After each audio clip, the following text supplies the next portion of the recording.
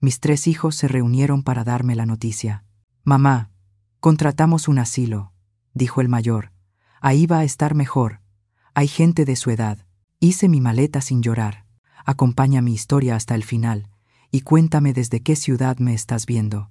Así sabré hasta dónde llegó». Mi nombre es Regina Álvarez y tengo 72 años. La mayor parte de esos años los pasé creyendo que la mayor riqueza de una madre eran sus hijos.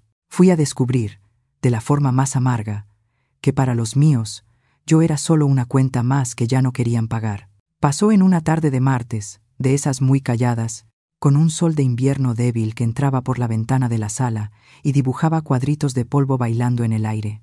Yo estaba colando café, oliendo ese aroma que siempre me recordaba la casa llena cuando ellos llegaron, los 3 juntos, lo que ya era un milagro. Sergio, mi hijo mayor, con sus 50 años, la frente ya marcada por preocupaciones que nunca tenían que ver conmigo. Claudia, la de en medio, con 47 años, siempre intentando agradar a todos y terminando por no agradar a nadie, y menos que a nadie, a ella misma. Y Julián, mi hijo menor, con 42 años, que para mí nunca dejó de ser el niño al que yo necesitaba proteger del mundo. Entraron en silencio y se sentaron en mi sillón floreado, ese que el difunto padre de ellos había comprado en 12 pagos y que ahora tenía los resortes ya un poco vencidos. Se miraron entre sí con esa comunicación sin palabras que solo los hermanos tienen, decidiendo quién iba a lanzar la primera piedra. Fue Sergio. Claro, él siempre fue el más práctico, el más frío. «Mamá, necesitamos hablar algo serio con usted», empezó, acomodándose la corbata que parecía apretarle el cuello. Yo ya sabía que no venía nada bueno. Corazón de madre no se equivoca. Pensé que tal vez alguno de ellos volviera a tener problemas de dinero o que el matrimonio de Claudia estuviera otra vez al borde del fracaso.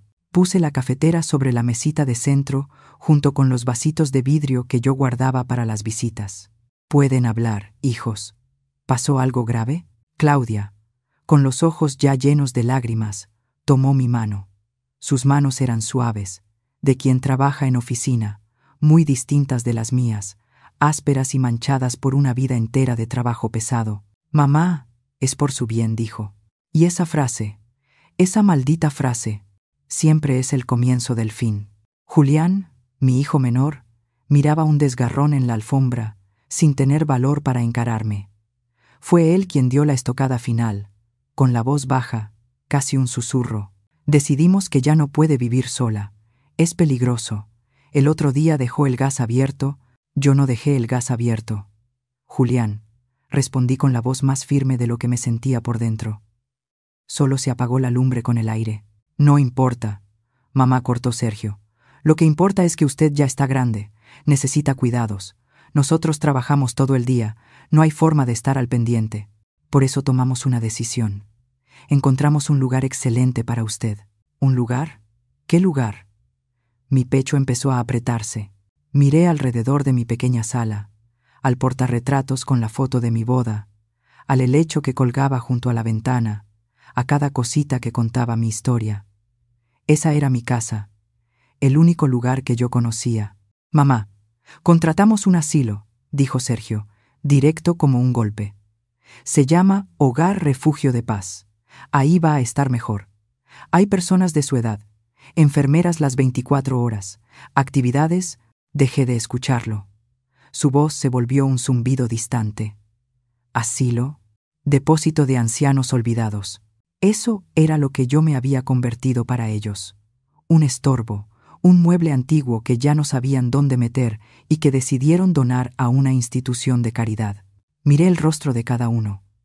Sergio, con su expresión, de quien está resolviendo un problema de negocios. Claudia llorando, pero un llanto de culpa, no de tristeza por mí. Y Julián, que por fin alzó la mirada, y lo que vi ahí me rompió por dentro. Alivio. Alivio por librarse por fin de la obligación de cuidar a la madre vieja. Yo no lloré, no grité, no hice una escena. Algo dentro de mí se quebró, pero se quebró en silencio.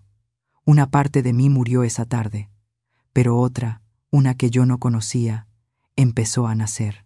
Respiré hondo y dije: con una calma que los dejó en shock. ¿Y para cuándo me tengo que ir? Se miraron sorprendidos por mi falta de reacción. Bueno, mamá, pensamos que el fin de semana sería bueno. El sábado venimos por usted, respondió Sergio, sin relajarse ni un poquito. Está bien, dije. Ahora, si me disculpan, se me va a enfriar el café. Salieron de mi casa como si acabaran de sacarse una muela podrida, aliviados, ligeros. Yo me quedé sentada en mi sillón, sola, mirando los cuadritos de sol que se iban borrando del piso. Y fue ahí, en el silencio de mi casa, que estaba a punto de dejar de ser mía, donde empecé a recordar todo. Recordé el día en que Rogelio, el padre de ellos, me dejó. No se murió. No, simplemente preparó una maleta en una mañana de lunes y dijo que había encontrado una mujer más joven, que la vida conmigo se había vuelto rutina y que él quería ser feliz. Yo tenía 35 años, Sergio tenía 13, Claudia tenía 10 y Julián, mi pequeño, apenas 5 años. Me quedé con 3 niños, una renta que pagar y el corazón en 1000 pedazos. En esa época yo trabajaba como costurera en casa, pero el dinero no alcanzaba. Tuve que hacer la cosa más difícil de mi vida, tragarme el orgullo y pedir ayuda. Fui de puerta en puerta en una colonia vecina, una colonia de gente con más dinero, ofreciendo mis servicios como empleada doméstica. Conseguí 2 trabajos. En la mañana limpiaba la casa de doña Marlene, una señora muy buena. Por la tarde iba a la casa de doña Iris. Mi vida se volvió una carrera sin fin. Me levantaba a las 4 de la madrugada para dejar lista la comida de los niños. Tomaba el primer camión, trabajaba todo el día tallando pisos, lavando baños, planchando ropa que no era mía. Regresaba a casa en la noche, muerta de cansancio, y todavía tenía que preparar la cena, revisar la tarea, bañar a Julián. Muchas noches yo solo comía un pan con café para que alcanzara el arroz y los frijoles para ellos. Me dolían las rodillas. Mis manos vivían partidas por los productos de limpieza. Adelgacé tanto que mi ropa me quedaba floja, pero yo no me quejaba. Miraba a mis 3 hijos y encontraba fuerzas para seguir. Recordé cuando Sergio quiso hacer un curso técnico de mecánica. Yo no tenía el dinero de la inscripción. Hice una locura. Vendí la única joya que mi madre me había dejado, un anillo de oro delgadito. Él se graduó, consiguió un buen trabajo y me dio su primer sueldo. Es para usted, mamá, para que se compre otro anillo. Yo lloré de orgullo, pero nunca compré el anillo. Usé ese dinero para pagar un recibo de luz atrasado. Recordé la fiesta de 15 años de Claudia. Ella soñaba con un vestido rosa de princesa, lleno de brillo. Yo no tenía cómo pagarlo. Pasé 3 meses desvelándome en mi máquina de coser, haciendo vestidos para las señoras ricas de la ciudad, juntando cada centavo extra para realizar el sueño de mi hija. El día de la fiesta, cuando la vi girando en el salón con ese vestido, sentí que todo mi sacrificio había valido la pena. ¿Y Julián? Ah, Julián. Siempre fue el más apegado, el más frágil. Cuando decidió que quería abrir una pequeña vulcanizadora, ni lo pensé. Tomé todo mi fondo de ahorro que había juntado en años de trabajo y se lo di. Es para que empieces tu vida, hijo. Él me abrazó tan fuerte. Dijo que yo era la mejor madre del mundo. La vulcanizadora funcionó. Julián se casó, tuvo hijos. Claudia también se casó, se volvió gerente en una tienda. Sergio terminó como jefe de taller. Yo crié a 3 hijos sola, 3 trabajadores, 3 personas de bien. O eso era lo que yo pensaba. Mientras los recuerdos pasaban por mi cabeza, una rabia fría empezó a tomar cuenta de mí. Una rabia que yo nunca había sentido antes. No era una rabia caliente, de gritar y romper cosas. Era una rabia helada, silenciosa, que me daba una claridad espantosa. Ellos no se acordaban de nada de eso, del anillo vendido, de las noches de costura, del dinero del fondo de ahorro. Para ellos, todo eso era solo mi obligación como madre. Fue entonces, en medio de ese dolor y esa rabia, que me acordé de algo que casi había olvidado. Me acordé de doña Iris. Doña Iris no era una patrona común. Era una señora viuda, sin hijos, que vivía sola en una casona enorme. Al principio yo era solo la señora que limpiaba, pero con el tiempo nuestra relación cambió. Empezó a pedirme que me sentara a tomar café con ella después de la limpieza. Me contaba del marido, de los viajes que habían hecho, de la soledad que sentía. Y yo le contaba de mis hijos, de mis dificultades, de mis sueños pequeños. Nos volvimos amigas, confidentes. Trabajé para ella más de 20 años. Incluso después de jubilarme, seguí yendo a su casa 3 veces por semana, ya no como empleada doméstica, sino como compañía. Yo la ayudaba con las compras, le leía el periódico cuando su vista empezó a fallar. Escuchábamos la radio juntas. Mis hijos nunca entendieron esa amistad. Mamá, ya trabajó toda la vida. ¿Por qué sigue yendo a servir a esa vieja rica?, decía Claudia. Ellos no entendían que yo no iba a servir. Iba a encontrar a una amiga. Doña Iris falleció hace 6 meses, un poco antes de que mis hijos decidieran mi futuro. Murió dormida, en paz. El sobrino de ella, un hombre que yo nunca había visto en mi vida, se encargó de todo. Yo fui al entierro, lloré como si hubiera perdido a una hermana. Una semana después del entierro, un abogado me llamó. Era el abogado de doña Iris. Me pidió que fuera a su despacho. Fui sin entender nada. Pensé que tal vez me hubiera dejado algún recuerdito, un florero, un cuadro. Cuando llegué, el abogado, un señor muy educado al que llamaré licenciado Benigno, me hizo sentar y me ofreció un vaso de agua. Doña Regina empezó. Fui abogado de doña Iris durante 30 años. Ella confiaba mucho en mí y confiaba aún más en usted. Entonces abrió una carpeta y empezó a leer su testamento. Mi corazón casi se detuvo. Doña Iris, mi amiga, mi confidente, me había dejado todo. La casona, otros 2 departamentos que tenía rentados, las acciones de una empresa que había fundado su marido y una cantidad de dinero en el banco que yo ni siquiera conseguía contar los ceros. Me quedé en shock. Dije que no podía aceptar, que debía haber un error, pero no lo había. El licenciado Benigno me mostró la carta que ella dejó junto con el testamento. Para Regina, mi única y verdadera familia. Cuidaste de mí cuando todos me olvidaron. Me diste tu tiempo y tu cariño, que son las cosas más valiosas del mundo. El dinero no compra eso. Usa esta herencia para cuidarte a ti, para descansar, para ser feliz. Te lo mereces más que nadie. Con cariño, tu amiga Iris. Salí de ese despacho flotando. Era un secreto tan grande, tan pesado, que yo no sabía qué hacer con él. No se lo conté a mis hijos. ¿Por qué? Porque, en el fondo, sabía que lo que Claudia había dicho era verdad. Vieja y rica, el dinero lo cambia todo. Me mirarían diferente, me tratarían diferente, y una parte de mí quería que siguieran amándome, o fingiendo que me amaban, por la persona que yo era, no por lo que tenía. Qué tonta fui.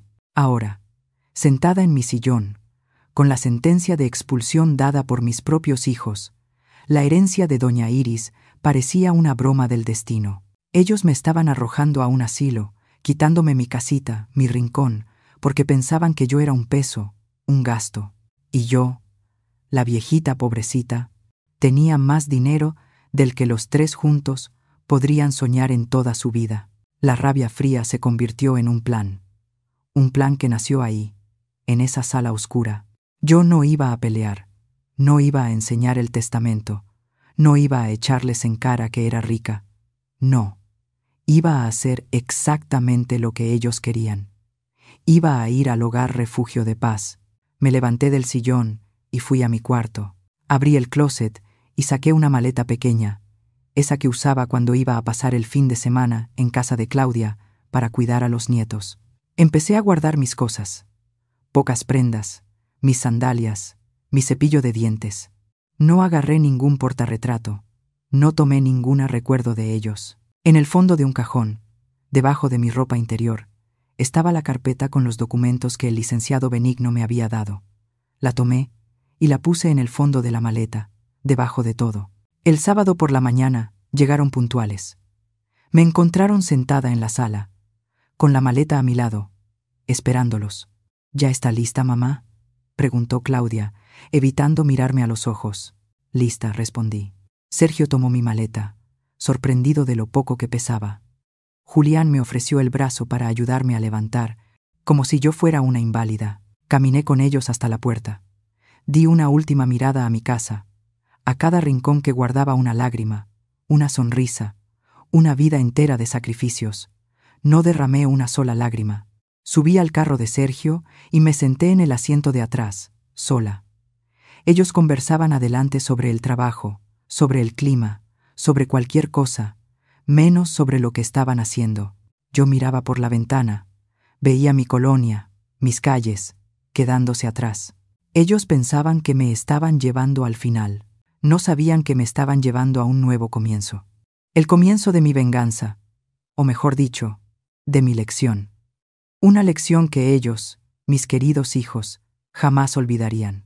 El lugar que mis hijos llamaron hogar refugio de paz, olía a una mezcla de desinfectante barato con tristeza vieja. Era un olor que se pegaba a la ropa y al alma. Las paredes, que tal vez algún día fueron blancas, ahora tenían un tono amarillento de nicotina, con manchas de humedad cerca del techo que parecían mapas de países a los que nadie querría viajar. El sonido constante era el de una televisión encendida a todo volumen en un canal de concursos, con risas enlatadas que no combinaban con las caras vacías de los otros residentes sentados en sillas de plástico en el pasillo. Mis hijos me guiaron por ese pasillo como si me estuvieran mostrando un hotel de 5 estrellas. «Mire, mamá, hay televisión», dijo Claudia, señalando lo obvio, con un entusiasmo tan falso que hasta a mis oídos les dolió. Sergio, siempre práctico, fue directo con una mujer de uniforme blanco que estaba detrás de un mostrador de fórmica. «Venimos a dejar a la señora Regina Álvarez», dijo. La mujer, que debía tener unos 60 años y un aire de cansancio infinito, apenas levantó los ojos de una revista de crucigramas. «Ah, sí. Cuarto 7. Va a compartir con doña Genoveva. Ella no habla mucho. No va a molestar. No va a molestar». Eso era lo que yo era ahora. Alguien que no debía molestar. Julián, mi hijo menor, cargaba mi maleta ligera como si pesara 1 tonelada. Seguía sin mirarme a los ojos. Caminamos hasta el cuarto 7. La puerta estaba abierta. Adentro, 2 camas de fierro, un ropero de metal con la puerta medio chueca y una ventanita con barrotes que daba a un muro de ladrillos. En una de las camas, una señora muy flaquita, de cabello blanco y ralo, miraba hacia la nada. Esa debía ser doña Genoveva. «Bueno, mamá, ya está entregada», dijo Sergio, con el mismo tono que usaba cuando dejaba un carro en el taller. «Tenemos que irnos. Hay muchas cosas que resolver». Pusieron mi maleta junto a la cama vacía. Claudia se acercó y me dio un abrazo rápido. Un abrazo de quien tiene mucha prisa. «Nos habla si necesita algo». «Sí, mamá», susurró. Pero yo sabía que eso era solo de la boca para afuera. «Vamos a venir a visitarla cada que se pueda», dijo. Julián fue el último. Por fin me miró, y por un segundo vi al niño de 5 años que se agarraba de mi falda. Sus ojos estaban llenos de lágrimas, pero se las tragó. «Cuídese». Mamá fue todo lo que pudo decir. Se fueron. Yo me quedé parada en medio del cuarto, oyendo sus pasos alejándose por el pasillo. No miré hacia atrás. No les pedí que me llevaran con ellos. La puerta del cuarto quedó abierta. Yo podría haber salido detrás de ellos. ¿Para qué? ¿Para rogar por un lugar en la vida de quienes ya me habían descartado? No. La Regina que haría eso había muerto ese martes en la sala de su casa. Cerré la puerta despacio. El clic de la chapa fue el sonido más solitario que he escuchado en mi vida. Miré a mi nueva compañera de cuarto. «Buenas tardes», dije. Doña Genoveva siguió mirando la pared. Tal vez de verdad no hablaba, o tal vez ya había aprendido que en ese lugar el silencio era la mejor compañía. Me senté en mi cama. El resorte rechinó. El colchón era tan delgado que se sentían las varillas en la espalda. Abrí mi maleta. Encima, la poca ropa que había traído. Abajo, la carpeta gruesa con los documentos de la herencia de doña Iris. Mi tesoro y mi secreto. Mi arma. Mientras tanto, en el carro, el alivio era casi palpable. Sergio manejaba con las 2 manos en el volante, los nudillos blancos. Claudia, en el asiento del copiloto, por fin dejó que las lágrimas de culpa cayeran. «Me siento un monstruo», sollozó. «Ya basta, Claudia», respondió Sergio, sin quitar los ojos del tráfico. «Hicimos lo que teníamos que hacer. Mamá ya no tenía condiciones de quedarse sola. La salvamos de ella misma. Pero ese lugar, Sergio, es tan deprimente, dijo ella, limpiándose la cara con el dorso de la mano. Es lo que podemos pagar, respondió seco. ¿O querías mandarla a un hotel de lujo? ¿Quién iba a pagar la cuenta? ¿Tú? Yo tengo la escuela de los niños, el crédito del departamento. La vida está cara. Julián, en el asiento de atrás, rompió el silencio. ¿Y la casa de ella? ¿Qué vamos a hacer con la casa? Sergio y Claudia se miraron. Esa era la pregunta que estaba en la cabeza de todos. Ya pensé en eso, dijo Sergio, más tranquilo ahora que el tema era dinero. Hablé con un corredor, un amigo mío. Dice que la colonia se está valorizando. Si vendemos rápido, conseguimos buena lana. ¿Vender?, preguntó Claudia, con la voz débil. Pero es la casa de mamá, y sus cosas se van a quedar ahí, llenándose de polvo, replicó Sergio. Claudia, sé práctica. Necesitamos el dinero. Yo tengo que cubrir unas deudas del taller. Julián necesita capital para la vulcanizadora. Y tú seguro tienes en qué gastar tu parte. Limpiamos la casa, donamos los muebles viejos y vendemos. ¿Dividir el dinero?, preguntó Julián. ¿En 3 partes iguales? Claro, respondió Sergio. Es lo justo. Nosotros la cuidamos todos estos años. Nada más justo que la herencia de mi padre sea nuestra ahora. Herencia de mi padre. La casa que yo pagué con el sudor de mi frente, tallando pisos ajenos, para ellos era herencia del padre que nos abandonó. No sé si pueda, Sergio, dijo Claudia. Entrar ahí, tocar sus cosas, se siente mal.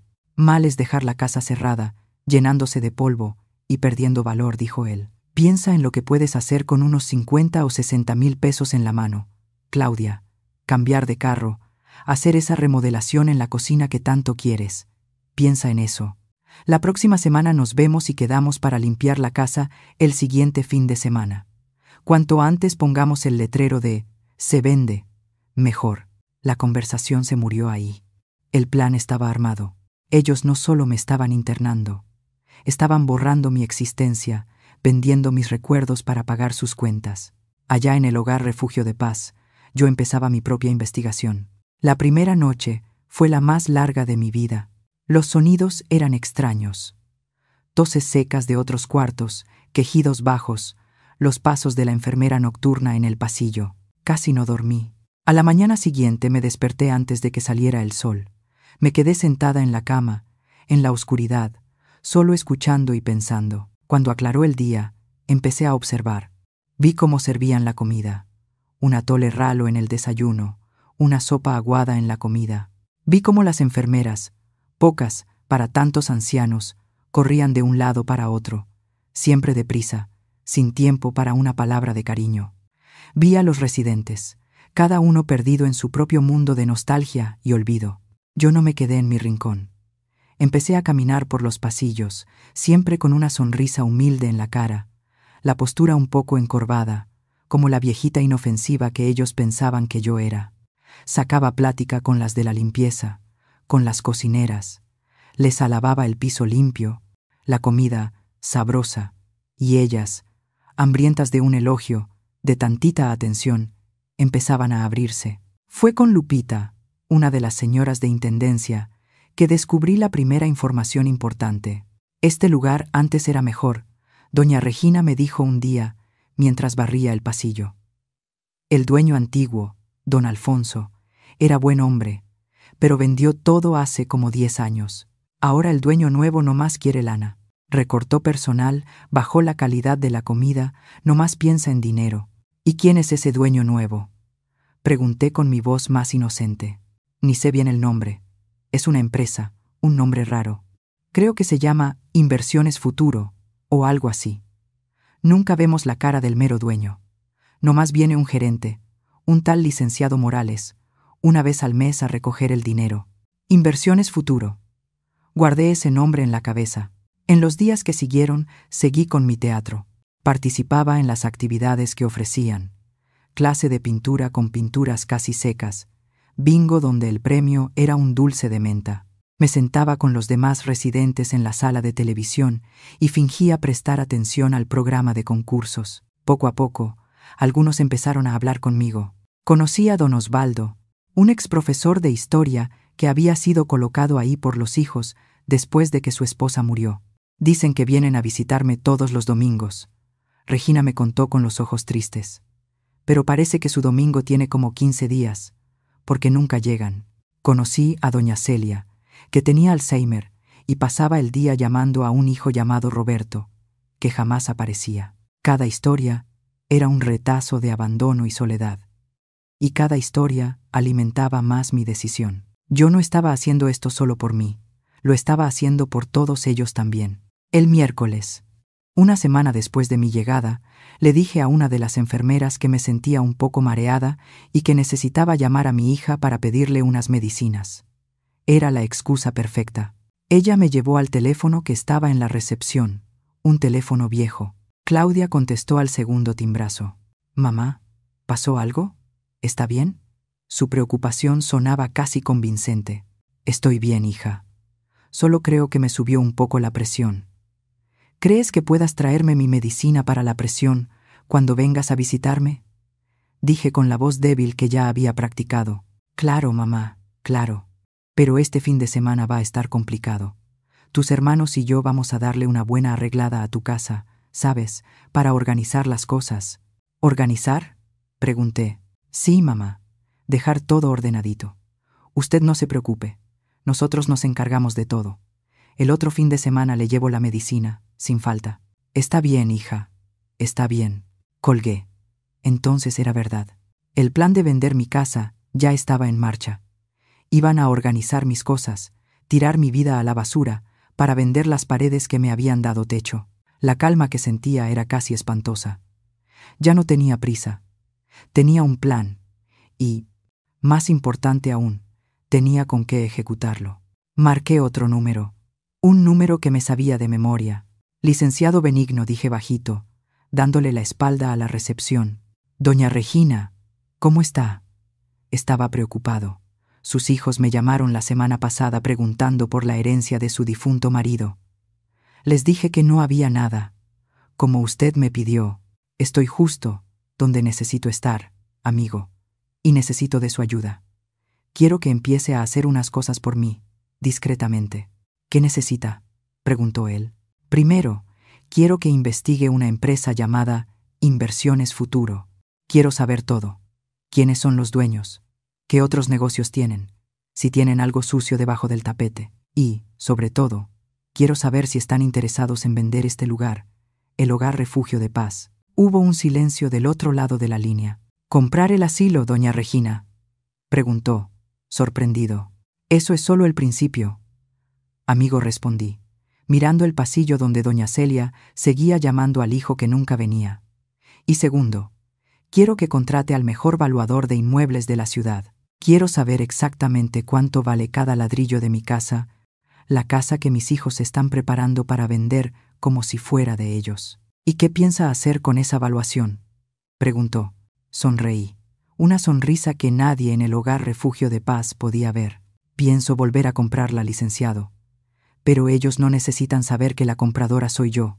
Al menos, no por ahora». El sábado en que mis hijos fueron a organizar mi casa, amaneció gris y húmedo, como si el cielo de la Ciudad de México supiera la porquería que iban a hacer. Allá en el Hogar Refugio de Paz, me tomé mi atolito ralo de siempre. Cambié 2 palabras con don Osvaldo sobre su equipo de fútbol, que había perdido otra vez, y me senté junto a la ventana enrejada de mi cuarto, imaginando la escena. Podía verlos como si estuviera ahí.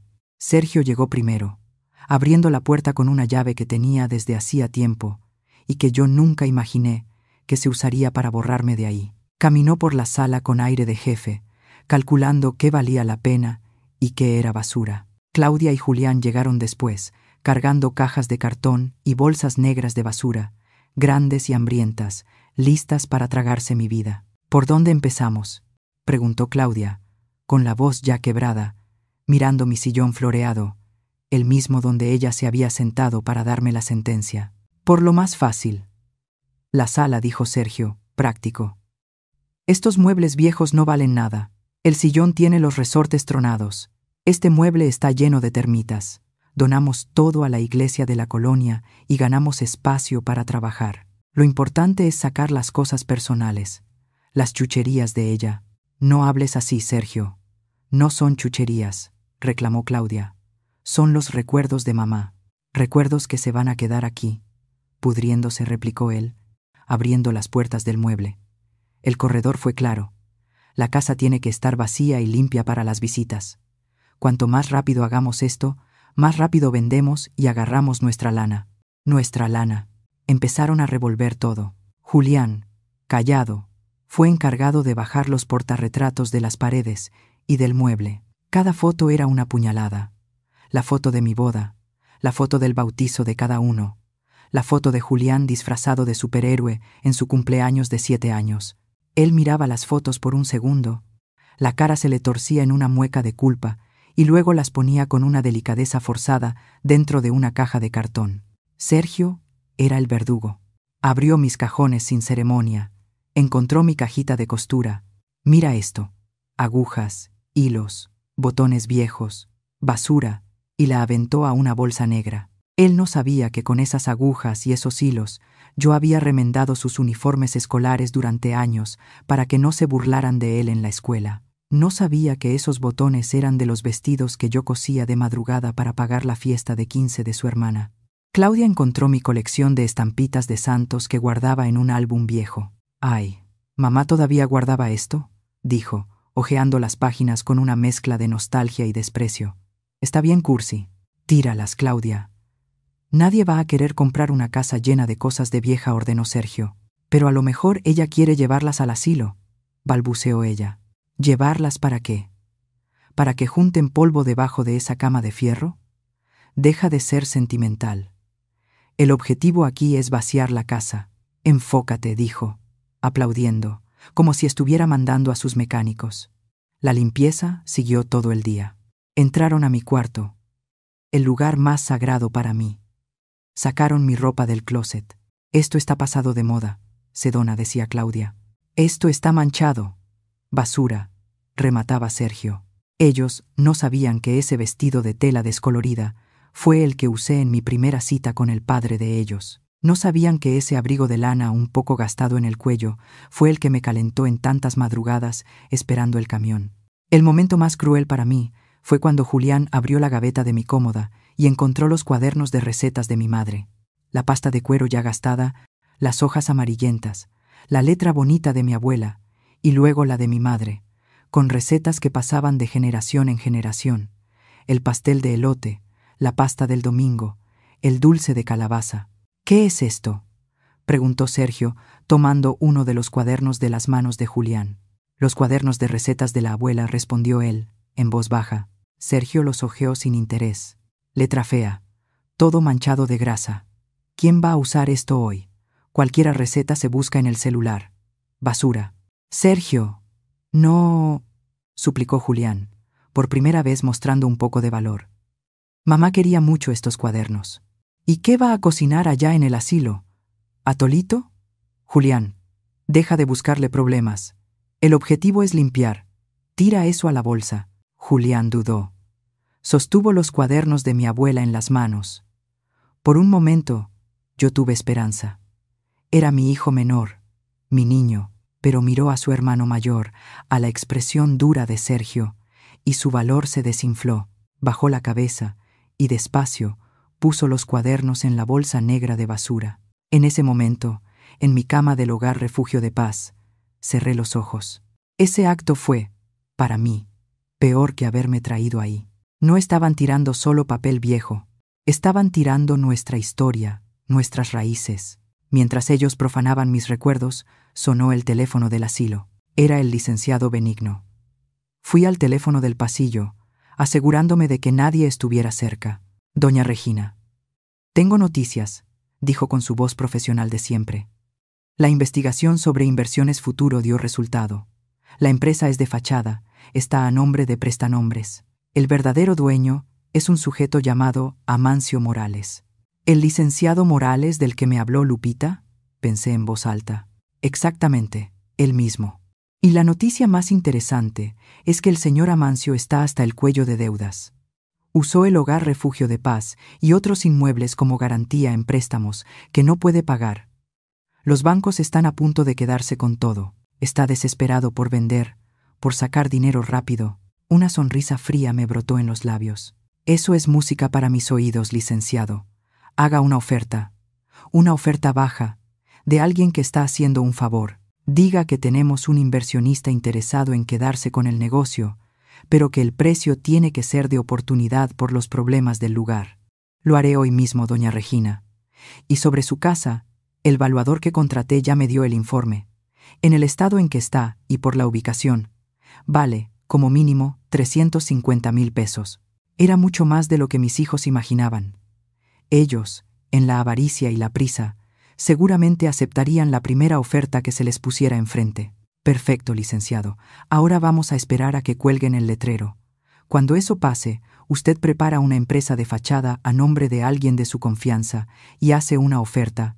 ¿De cuánto, doña Regina? De 200,000 pesos, al contado. El licenciado Benigno chifló del otro lado. Es una oferta muy baja. Puede que no acepten. Van a aceptar, dije, con una certeza que hasta a mí me asustó. Tienen prisa, tienen deudas, y el corredor de Sergio, siendo su amigo, seguramente va a evaluar la casa por debajo para vender rápido y cobrar su comisión. 200,000 pesos al contado les va a parecer un regalo del cielo. Ni lo van a pensar dos veces. Pasaron 2 semanas. 2 semanas en las que seguí con mi papel de viejita dócil en el asilo. Mis hijos no me visitaron. Claudia llamó una vez para decir que la organización de la casa les había dado mucho trabajo, pero que ya estaba casi todo listo. No mencionó las bolsas de basura llenas con mi vida. El sábado siguiente, mi vecina fiel, Marcia, vino a visitarme. Era la primera visita que yo recibía. Me trajo un pastel hecho con la receta que un día estuvo en los cuadernos de mi madre. Se me llenaron los ojos de lágrimas, pero me aguanté. Regina, amiga, no quería darte malas noticias, pero... empezó, apretando mis manos. Hoy en la mañana pusieron el letrero. Lo sé, Marcia. Ya lo esperaba. Tiraron tantas cosas, Regina, tantas cosas tuyas. Vi las bolsas de basura en la banqueta. Se me rompió el corazón.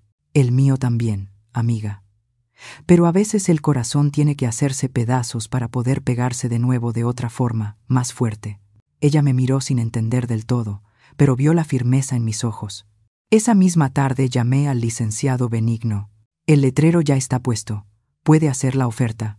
3 días después, el teléfono sonó en casa de Claudia. Era Sergio, con la voz vibrando de emoción. Claudia, no vas a creerlo. Salió un comprador para la casa de mamá. ¿Tan rápido? Pero si el letrero lo colgamos hace 3 días, se sorprendió ella. Pues sí, es una empresa. Parece que compran inmuebles en la zona para invertir.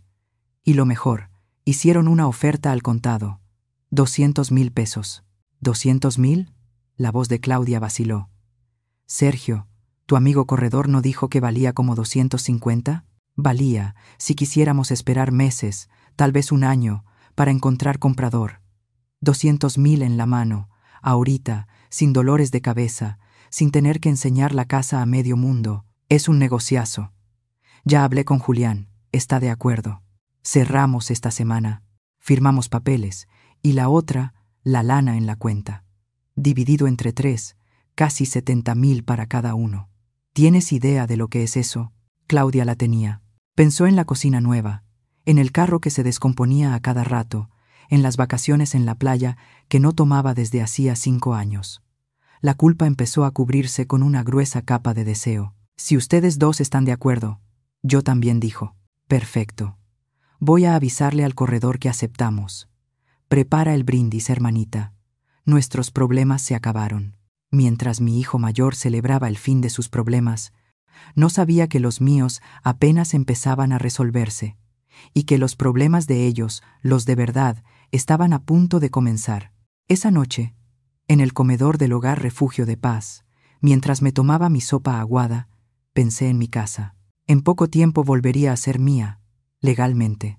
Mis hijos tendrían el dinero que tanto querían, un dinero que, en realidad, salía de mi propia bolsa, de la herencia de mi amiga Iris. Ellos se lo gastarían, pagarían sus deudas, se sentirían los reyes del mundo, y yo iba a esperar. La paciencia la aprendí en la vida.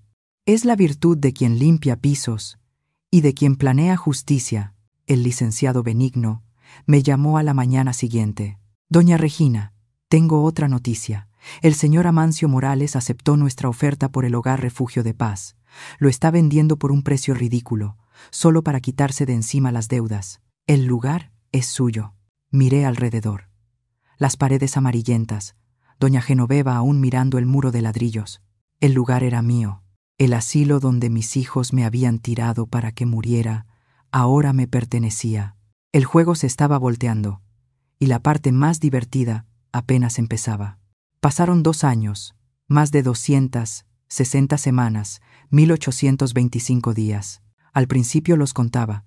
Contaba cada comida insípida, cada noche mal dormida en esa cama de fierro, cada visita que no era para mí.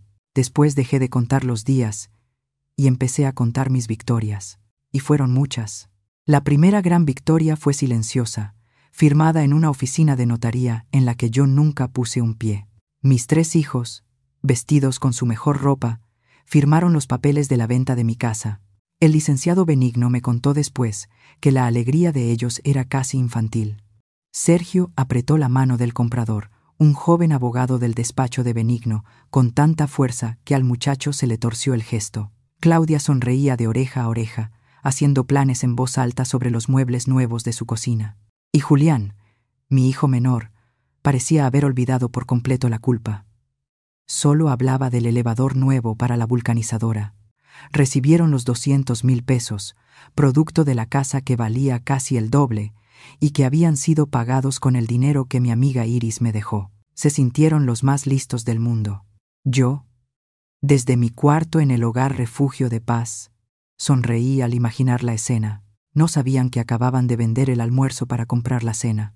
El dinero, como era de esperarse, les quemó en las manos. Sergio, que vivía quejándose de las deudas, no pagó un solo peso de lo que debía. En vez de eso, compró una camioneta usada, de esas grandes y ruidosas, para verse más importante en el taller. Cambió todas las herramientas por las más caras y comenzó a comer en restaurantes de carne, invitando a los empleados como si fuera millonario. Claudia realizó el sueño de la cocina nueva. Contrató a un arquitecto, tiró paredes, puso cubierta de piedra cara, compró un refrigerador que hacía hielo en la puerta y una estufa de 6 quemadores. La remodelación, claro, costó más que los casi 70,000 pesos que había recibido. Para terminar la obra, pidió otro préstamo al banco, pero estaba feliz, subiendo fotos de su cocina soñada a las redes sociales, llenándose de elogios de amigas que no sabían ni la mitad de la historia. Julián, mi niño, fue el que más me dolió. No solo compró el elevador para la vulcanizadora, sino que también cambió el carrito viejo de su esposa por uno más nuevo y financió un viaje a la playa con los hijos. Gastó cada centavo como si no hubiera mañana, creyendo que ese dinero era el primer paso hacia una vida de riqueza. Ninguno pensó en guardar un poco para emergencias. Ninguno pensó en mí. Durante los primeros 6 meses, no me visitaron ni una vez. Estaban demasiado ocupados con sus vidas nuevas y relucientes. Claudia llamaba de vez en cuando, siempre con la misma excusa. «Hola, mamá, ¿está bien? Perdón por no ir a verla, es que la remodelación de la cocina es una locura. No se imagina el polvo. Pero en cuanto termine, le juro que voy a llevarle un pedazo de pastel hecho en mi horno nuevo». El pastel nunca llegó. Mientras ellos quemaban el dinero de mi casa, yo empezaba mi propia remodelación en el Hogar Refugio de Paz. Ahora que el lugar era mío, podía hacer lo que quisiera. Pero mi venganza no era escandalosa. Era como una costura hecha por dentro de la tela, que solo se ve cuando la prenda está terminada. Seguí viviendo como una simple residente. Nadie, ni los empleados ni los demás ancianos, sospechaba nada. El licenciado Benigno contrató, en mi nombre, a una nueva administradora, Sofía, una mujer de unos 50 años, con un corazón enorme y la firmeza de una general. Era viuda.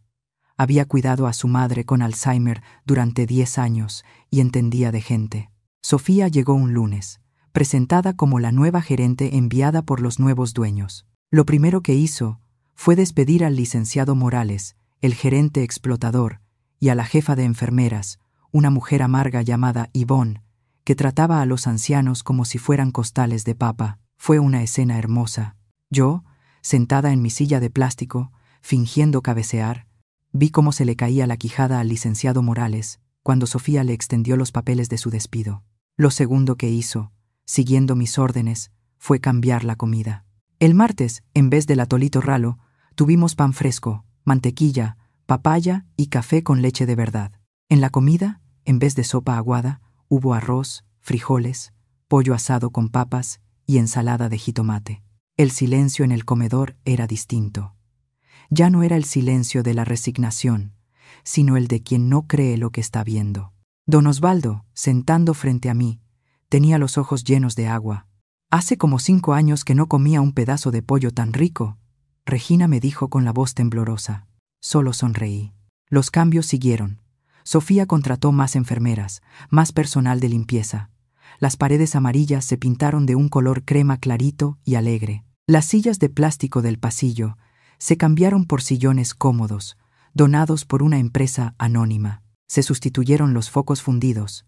Se remodelaron los baños. El hogar Refugio de Paz empezó, poco a poco, a estar a la altura de su nombre. Yo me convertí en la consejera secreta de Sofía. Por las noches, cuando todos dormían, iba a su oficina y platicábamos. Sofía, doña Celia necesita un colchón nuevo. Ese ya se hundió, le decía. Sofía, a don Osvaldo le encanta jugar damas. ¿Crees que podamos conseguir unos tableros? Y al día siguiente, las cosas sucedían. Para los demás, yo era solo doña Regina, una viejita simpática a la que la nueva gerente le tenía cariño. Empezamos a organizar actividades de verdad. Una vez a la semana venía un muchacho con guitarra a cantar canciones viejas. Las tardes de bingo ahora daban como premio una caja de chocolates. Compramos estambre y agujas de tejer, y las señoras que aún tenían buen pulso empezaron a hacer botitas para donarlas a la maternidad del hospital de la ciudad. El lugar empezó a tener vida. Los residentes sonreían más, platicaban más. Hasta doña Genoveva, mi compañera de cuarto, un día se volteó y me dijo: «Está bonito el sol hoy, ¿verdad?». Fue la primera frase que le escuché. Pasó un año así.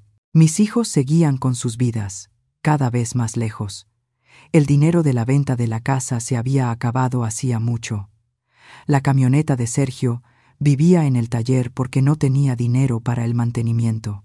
La cocina de mármol de Claudia tenía ya varias mensualidades atrasadas, y la vulcanizadora de Julián, sin el capital que él esperaba, estaba casi en quiebra. Las llamadas se hicieron más raras, y el tono de voz de ellos empezó a cambiar. La euforia dio paso a la preocupación. La excusa de Claudia ya no era la remodelación, sino el exceso de trabajo para pagar las cuentas. El orgullo de Sergio se convirtió en irritación constante. Y entonces, en mi cumpleaños número 74, decidieron visitarme. Los 3 juntos, por primera vez en casi 10 años. Yo sabía que no venían a celebrar. Venían porque necesitaban algo. Sofía me avisó que estaban ahí. Le pedí que me dejara recibirlos sola, en el jardín que habíamos construido atrás.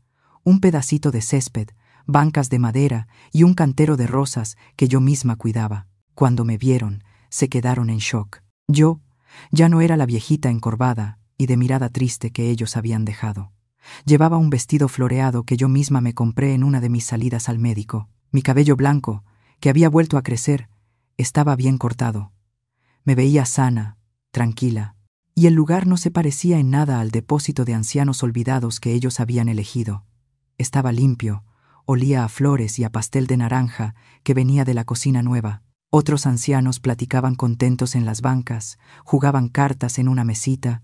«Mamá», dijo Claudia, como si estuviera viendo un fantasma. Se ve muy bien». «Estoy muy bien, hija». «Nunca estuve mejor», respondí con una sonrisa serena. «¿Y qué pasó con este lugar?», preguntó Sergio mirando alrededor, desconfiado. «¿Cambió de dueño?».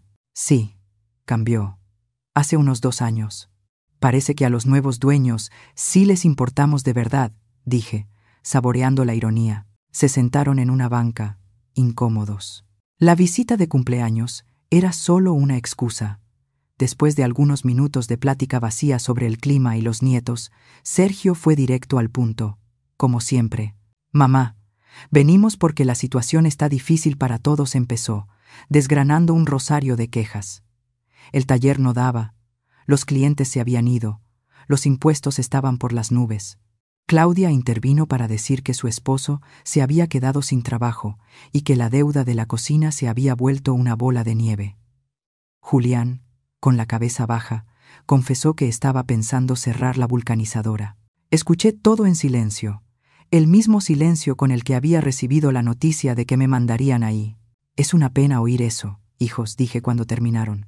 Entonces, mamá, empezó Claudia, con voz melosa, estábamos pensando, usted se ve tan bien aquí, tan adaptada, y sabemos que tiene su pensión. Tal vez podría ayudarnos. Solo un préstamo, para que nos levantemos. Ahí estaba el verdadero motivo de la visita, el dinero. Habían vendido mi casa, se habían gastado su parte y ahora querían mi pensión, que apenas alcanzaba para mis medicinas o al menos el dinero que ellos creían que yo tenía. Me levanté de la banca y empecé a caminar por el jardín. Ellos me siguieron con la mirada, ansiosos por mi respuesta. ¿Saben, hijos? Empecé, deteniéndome frente a un rosal rojo. He aprendido muchas cosas en estos 2 años. Aprendí que nunca es tarde para hacer nuevos amigos. Aprendí que un plato de comida caliente puede salvarle el alma a una persona. Y aprendí que uno cosecha exactamente lo que siembra. Me di la vuelta. La sonrisa ya se había ido de mi cara. Ustedes sembraron abandono. Me trataron como un objeto viejo y sin valor. Tiraron mis recuerdos a la basura y vendieron el techo que me cubría para satisfacer sus caprichos. Mamá, no hable así, intentó Claudia. Hablo como quiero, Claudia. Eso es otra cosa que aprendí. Mi voz tiene valor. Respiré hondo. Era la hora. Vienen aquí después de 2 años de silencio, no para darme un abrazo de feliz cumpleaños, sino para pedirme dinero. El dinero que creen que yo, la viejita pobrecita, junté toda la vida. La respuesta es no. Los 3 me miraron, en shock. Era la primera vez en la vida que les decía no. Pero mamá, somos sus hijos, protestó Sergio. Tiene la obligación de ayudarnos. Me reí. Una carcajada fuerte, verdadera, que hizo que algunos de los otros residentes se volvieran a vernos. Obligación, Sergio. Mi obligación con ustedes terminó el día que me dejaron en la puerta de este lugar. Ahora, si me disculpan, ya casi es hora de nuestra función de cine. ¿Cine?, preguntó Julián, confundido. Sí. Los nuevos dueños compraron una pantalla grande y una máquina de palomitas. Hoy pasan una película vieja, de romance. Es mi función favorita. Me di la vuelta y caminé hacia la casa principal, dejando a los 3 parados en medio del jardín, con la boca abierta. Ellos creían que la conversación había terminado ahí. No sabían que yo todavía tenía la mejor parte guardada. Tenía una última carta bajo la manga y estaba a punto de ponerla sobre la mesa. Los dejé en el jardín, paralizados como estatuas de sal. La imagen de los 3, con la cara llena de shock e incredulidad, me dio una satisfacción amarga. Durante 2 años, yo había sido la invisible, la pobrecita, la que no tenía voz.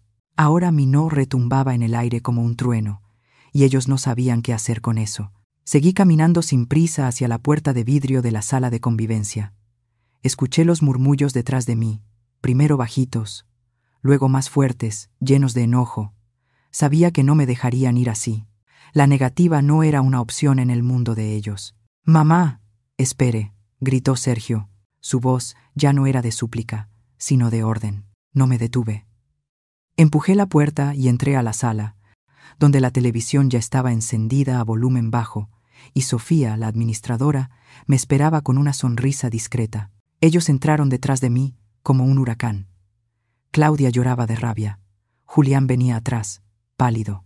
Sergio me alcanzó y me sujetó del brazo, no con fuerza, pero con esa firmeza que es una amenaza. «No puede simplemente darnos la espalda», dijo entre dientes. «Después de todo lo que pasamos, estamos en el fondo, y usted se niega a ayudarnos». «¿Qué clase de madre hace eso?». Solté mi brazo con calma. «El tipo de madre que se cansó de ser usada, Sergio», respondí, con la voz firme pero baja, para no llamar más la atención de los otros residentes, que ya nos miraban con curiosidad. Ustedes no están en el fondo, apenas están empezando a vivir la vida sin mi red de protección. Hay una gran diferencia. ¿Red de protección? ¿Qué red de protección? Se rió, sin humor. Usted vivía de su pensión miserable. Nosotros éramos los que la ayudábamos, los que nos preocupábamos. Se preocupaban tanto que vendieron mi casa al primer precio que les ofrecieron para pagar camionetas y cocinas de lujo, repliqué. Su rostro se puso rojo. ¿Cómo sabe eso?, balbuceó Claudia. Tengo mis informantes, dije, mirando de reojo a Sofía, que seguía de pie, callada, a mi lado. En este lugar las noticias vuelan, y las noticias sobre hijos que se gastan el dinero de la casa de su madre y luego vienen a pedirle prestada la pensión, son las que vuelan más rápido. Esto es una humillación, dijo Sergio, alzando la voz. ¿Nos está humillando delante de esta gente? No, Sergio. Humillación fue lo que ustedes me hicieron pasar durante 2 años. Esto abrí los brazos, señalando la sala limpia y bonita se llama consecuencia. Ustedes creyeron que yo no era nada, que mi vida cabía en una maleta pequeña y que mis recuerdos podían irse a la basura. Me subestimaron. Ese fue el mayor error de sus vidas. Solo queremos un préstamo, insistió Claudia, las lágrimas corriéndole por la cara. Lo pagamos, lo juro. Solo necesitamos un respiro. ¿Un respiro?, repetí, pensativa. Yo también necesitaba un respiro cuando llegué aquí, pero lo único que tenía era aire con olor a desinfectante. Los miré fijo. ¿Quieren ayuda? ¿Una oportunidad para levantarse? Está bien. Los ojos de los 3 brillaron con una chispa de esperanza. Creyeron que había cedido. Puedo hablar con los dueños de este lugar, continué. Son personas muy buenas, muy correctas. Tal vez tengan trabajo para ustedes. ¿Trabajo? La esperanza en el rostro de ellos se convirtió en confusión. Sí. Este lugar ha crecido mucho. Siempre se necesita gente para trabajar. Mano de obra honesta. Me giré hacia Sergio. Tú, por ejemplo, sabes de mecánica, ¿no? Tenemos un portón eléctrico que se descompone a cada rato y las sillas de ruedas necesitan mantenimiento. Un hombre con tus habilidades sería muy útil en el área de mantenimiento general. El sueldo no es una fortuna, pero es honrado. Y con tu camioneta podrías hacer algunos fletes para traer las compras. El rostro de Sergio pasó del rojo al morado. ¿Está jugando? ¿Quiere que venga a trabajar de velador, de chalán? ¿Aquí? No de velador, lo corregí con una sonrisa dulce. De encargado de mantenimiento. Es un trabajo digno. Ensucia las manos, pero limpia la conciencia. Me volví hacia Claudia. ¿Y tú, hija, con esa cocina tan bonita y ese horno nuevo, no que te encanta cocinar? Nuestra cocinera, doña Nena, ya está cansada. Le encantaría tener una ayudante. Podrías hacer los pasteles para la merienda, ayudar con la comida. El olor a comida rica le hace tanto bien al alma de la gente de aquí. Claudia miró sus manos, las uñas recién arregladas que presumía en las redes. La idea de pelar papas y lavar cacerolas le dolió como un golpe. Yo no sé cocinar para tanta gente, murmuró. Se aprende, hija. Yo aprendí a vivir aquí. Tú puedes aprender a cocinar. Finalmente miré a mi hijo menor. ¿Y tú, Julián? Siempre te gustaron las plantas cuando eras niño. ¿Te acuerdas del frijolito que sembramos en algodón? Nuestro jardincito de atrás necesita cuidados constantes. Cortar el pasto, regar las rosas, plantar nuevas flores. Un jardinero. Es un trabajo al aire libre, honesto, lejos de la grasa de las llantas. El silencio que siguió fue pesado. No estaban solo sorprendidos, estaban ofendidos. Para ellos, esa oferta no era ayuda, era un insulto final. Perdió el control. Soltó Sergio, furioso. Prefiere vernos trabajando como empleados aquí que prestarnos el dinero que tiene obligación de darnos. Ahí está donde te equivocas, hijo. Yo no tengo ninguna obligación, y no quiero verlos como empleados. Quiero darles la oportunidad de ser útiles, de sentir lo que es levantarse temprano y trabajar por un sueldo al final del mes, de cuidar a otros en vez de mirar solo su propio ombligo. Es una oportunidad de redención. La única que voy a ofrecer. Nunca voy a rebajarme a eso, gritó Sergio. Prefiero pedir limosna en la calle a volverme su mandadero. La elección es tuya, dije, tranquila. Él se dio la vuelta hacia sus hermanas. Vámonos. Esta mujer ya no es nuestra madre. Salió azotando la puerta. Claudia me miró, la cara empapada de lágrimas, una mezcla de rabia y desesperación. ¿Cómo pudo, mamá?, susurró, y corrió detrás de él. Julián se quedó. Me miró, los ojos llenos de una tristeza profunda. No dijo nada, solo movió la cabeza como diciendo, «Lo siento», y se fue caminando despacio hacia la salida. Me quedé ahí, en medio de la sala de convivencia, con Sofía a mi lado. Los demás residentes, que habían visto todo en silencio, comenzaron a acercarse. Don Osvaldo puso la mano en mi hombro. Fue muy valiente, Regina dijo. Yo no me sentía valiente. Me sentía agotada, pero también me sentía libre. Sofía, dije, volteándome hacia la administradora, que me miraba con admiración, creo que la función de cine de hoy puede cancelarse. Sofía sonrió. De ninguna manera, doña Regina. Hoy, más que nunca, usted se merece una buena película y un balde bien grande de palomitas. ¿Quiere que anuncie algo? ¿Qué cosa?, pregunté. Que el Hogar Refugio de Paz tiene 3 vacantes abiertas y que la dueña del lugar dará preferencia a candidatos que necesiten una segunda oportunidad en la vida. Me reí. Una risa que me salió desde el fondo del alma. No, Sofía, no hace falta anunciar nada. Quien tenga que aprender la lección encontrará el camino de regreso solito. La vida siguió. Sergio y Claudia no me volvieron a buscar. Supe por mi vecina Marcia, que siempre me llamaba para contar las novedades, que la situación de ellos había empeorado. Sergio tuvo que vender la camioneta para pagar las deudas más urgentes del taller. Claudia, con el marido desempleado, empezó a vender los pasteles que hacía en su horno nuevo a las vecinas para sacar un dinerito. Irónico, ¿no? Estaba haciendo exactamente lo que yo le había sugerido, pero por desesperación, no por elección. Pero una semana después de aquella visita, pasó algo inesperado. En una mañana de martes, yo estaba en el jardín, cuidando mis rosas, cuando vi una figura parada junto al portón trasero. Era Julián. Estaba ahí, mirando hacia adentro, con las manos en las bolsas del pantalón desgastado. Parecía haber envejecido 10 años en una semana. Yo no dije nada. Seguí podando un rosal. Él se quedó ahí como 10 minutos. Y después, abrió el portón y entró. Caminó hacia mí, despacio. «Hola, mamá». «Hola, hijo». Miró mis manos. La tijera de jardinería. «De verdad le gusta tanto andar con las plantas, ¿verdad?» «Siempre me ha gustado. Me calma el alma». Nos quedamos en silencio un rato. Lo único que se oía era el chasquido de la tijera cortando ramas secas. «Mamá», empezó, con la voz temblorosa. Cerré la vulcanizadora. «Lo siento, hijo», dije. «No lo sienta. Yo no era buen comerciante. Era un soñador. Creí que el dinero iba a arreglar todo».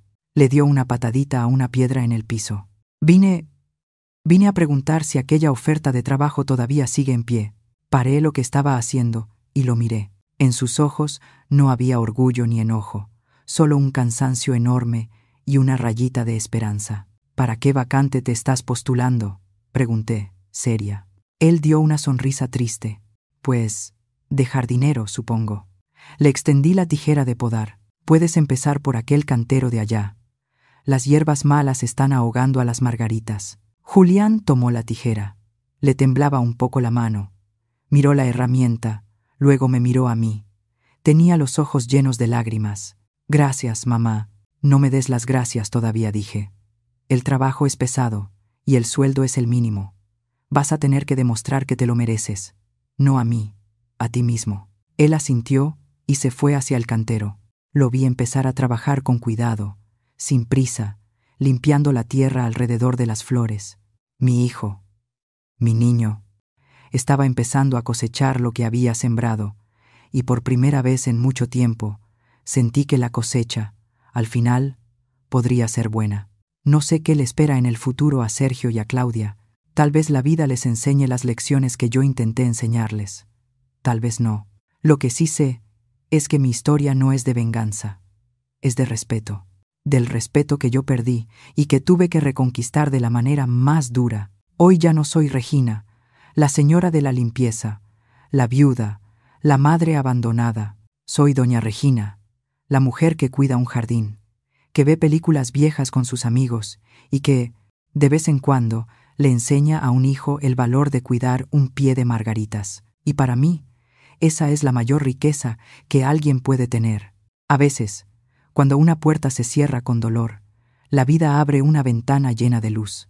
Hoy entiendo que el respeto no se mendiga. Se construye paso a paso, igual que un jardín bien cuidado. Gracias por escuchar mi historia. Si tocó tu corazón, déjame un like, suscríbete y cuéntame en los comentarios. Si tú estuvieras en mi lugar, ¿qué habrías hecho? Tus palabras pueden ser el consuelo que alguien necesita esta noche. Y dime también, ¿desde dónde estás escuchando mi historia? Me encanta saber hasta dónde viajan estas voces de vida y esperanza.